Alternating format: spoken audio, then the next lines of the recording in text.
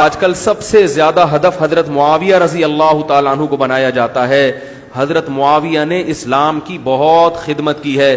حضرت معاویہ کے دور حکومت میں اسلامی سلطنت بہت وسیع ہوئی ہے. اگر ان سے کوئی غلطی ہوئی ہے, جو ہمارا یہ عقیدہ نہیں ہے کہ صحابہ سے غلطی نہیں ہو سکتی, ہم کہتے ہیں ان کی نیکیاں ان کی غلطیوں پر, بولو بھائی, حاوی ہے, وہ بھاری ہے.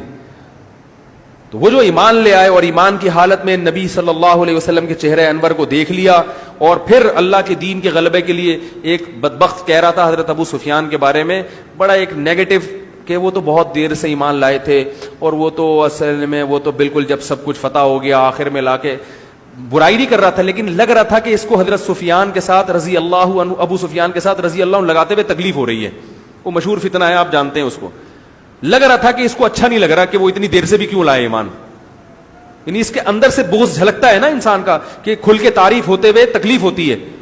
ابو سفیان اگرچہ دیر سے ایمان لائے ہیں, ٹھیک ہے, ان کی وہ فضیلت نہیں ہے جو ان صحابہ کی ہے جو جلدی ایمان لائے, ہم مانتے ہیں, لیکن آپ ان کے بارے میں ایسا تبصرہ کریں کہ گویا آپ کو نیگیٹو پہلو کر کے دکھا رہے ہو, دیر سے ایمان لائے اور بہت آخر میں, اور ان کو تو نبی نے اتنے ہدیے ودیے دیے تھے اور گفٹ دیے تھے تاکہ دین سے جڑے رہیں, وہ قربانی تو نہیں. تو آپ حضرت ابو سفیان کی تاریخ دیکھو, دیر سے ایمان لائے ہیں, لیکن دیر سے ایمان لانے کے بعد اسلام کے لیے کیا کچھ کیا ہے آپ نے.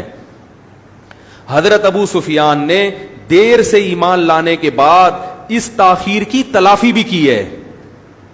یہ واقعہ سنا کے بات ختم کرتا ہوں. حدیث میں ہے کہ حضرت عمر رضی اللہ تعالیٰ عنہ کا دربار تھا, تو حضرت بلال اور حضرت ابو سفیان اور ایک اور قریش کے سردار تھے, یہ تینوں حضرت عمر سے ملنے کے لیے آئے. حضرت عمر رضی اللہ تعالیٰ عنہ نے سب سے پہلے اجازت دی حضرت بلال کو. تو حضرت ابو سفیان کو غصہ آیا کہ ایک غلام ہے اور ہم عرب کے سردار ہیں, عمر بن خطاب آج غلاموں کو سرداروں پہ ترجیح دے رہے ہیں. تو وہ جو دوسرے صحابی تھے نا, ان کا نام ذہن سے نکل گیا. انہوں نے کہا, اے ابو سفیان دیکھو, جب اسلام کمزور تھا تو ساتھ کس نے دیا؟ بلال نے. ہم مخالفت کر رہے تھے اس وقت, تو آج اللہ نے بلال کو ہم پہ ترجیح دے دی ہے. کل قیامت میں بھی ایسا ہوگا, تو اس لیے بہتر یہ ہے کہ ہم اس نقصان کو, میں ان کے پورے الفاظ نہیں بتا رہا, اس کا مفہوم بیان کر رہا ہوں, کہ جو نقصان ہم سے ہو چکا ہے ہم اس کی کیا کریں؟ تلافی.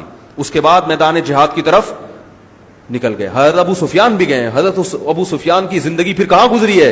محاذوں پہ. رومیوں سے لڑائی میں شریک ہوئے, اور حضرت ابو سفیان تو ایسا لڑے ہیں پھر اللہ کی راہ میں کہ اپنی زوجہ حضرت ہندہ کو بھی لے کر جاتے تھے. ایک جنگ میں شکست ہوئی ہے, تو اپنی زوجہ حضرت ہندہ کو پتہ ہے کیوں لے کر گئے؟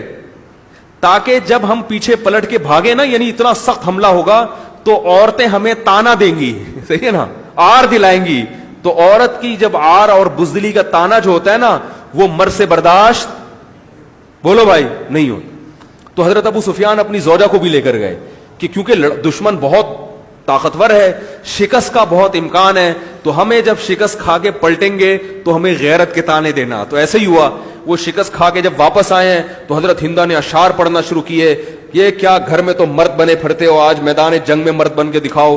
وہ اور بھی صحابہ تھے, ان کی عورتوں نے بھی اشعار پڑھے, وہ واپس پلٹے ہیں اور الحمدللہ جنگ انہوں نے فتح کی.